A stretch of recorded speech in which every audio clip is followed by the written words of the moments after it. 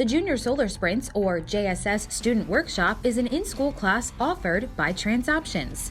Goals of a workshop are to provide time for students to build a battery-powered car while working in pairs or a team.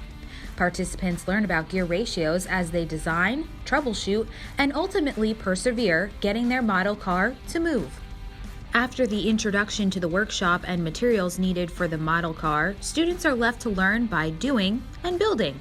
During this process, they will fail and succeed, all while a TransOptions employee is available to help with any problems students may come across and to answer any questions about the building process. JSS workshops are a great tool for schools to utilize ahead of the TransOptions Junior Solar Sprints competition held each May. It allows a sneak peek into what it takes to make a fast, award-winning model car. A typical JSS workshop is a 45-minute class, but teachers can request shorter or longer workshops to better fit their schedule.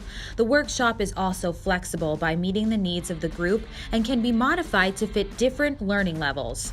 For more information, visit transoptions.org.